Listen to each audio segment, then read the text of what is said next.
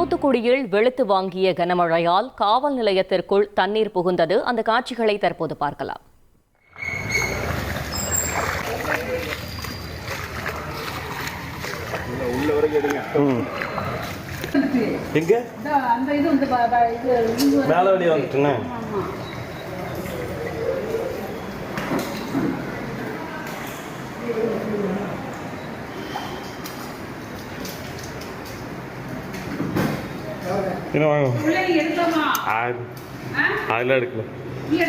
நாளைக்கு நடவடிக்கை எடுப்பாங்க. கூடுதல் தகவல்களை செய்தியாளர் விஜயகாந்த் வழங்கிட கேட்கலாம். விஜயகாந்த், வணக்கம். மேலும் விவரங்கள். வணக்கம் மேடம். அதாவது தூத்துக்குடி மாவட்டத்தை பொறுத்தவரையில் கடந்த சில நாட்களாகவே வெப்பம் வாட்டி வதைத்து வந்தது. இதனால் மக்கள் பெரும் பாதிப்புக்குள்ளாகினர். அதாவது வெளியில் செல்ல முடியாத சூழ்நிலை தான் நிலை வந்தது. மாவட்டத்தில் வெப்பநிலை அதிகரித்து தான் காணப்பட்டுள்ளது.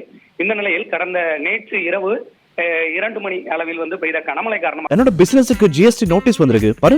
உடனே ஜிஎஸ்டி எக்ஸ்பர்ட் பேசு. உடனே எப்படி கிடைக்கும்? பாஸ்வாலா Be the boss. மாவட்டத்தின் பல்வேறு பகுதியில் நல்ல மழை பெய்தது.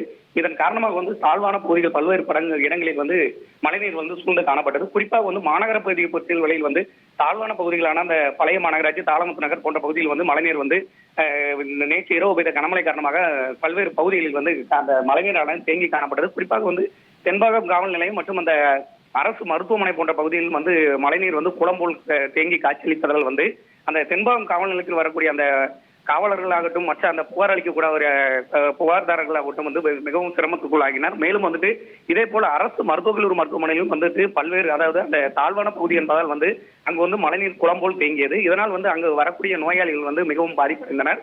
மேலும் இந்த மாநகராட்சி நிர்வாகம் தரப்பில் இந்த தாழ்வான பகுதியில் இருக்கக்கூடிய மழைநீரை அகற்றும் பணியில் தற்போது ஈடுபட்டுள்ளனர். மேலும் சில இடங்களில் இன்னும் அந்த அரசு மருத்துவமனை போன்ற பகுதியில் இன்னும் அந்த மழைநீர் அகற்றப்படாமல் இருப்பதால் பல்வேறு பொதுமக்கள் பாதிப்புக்குள்ளாகியுள்ளனர்.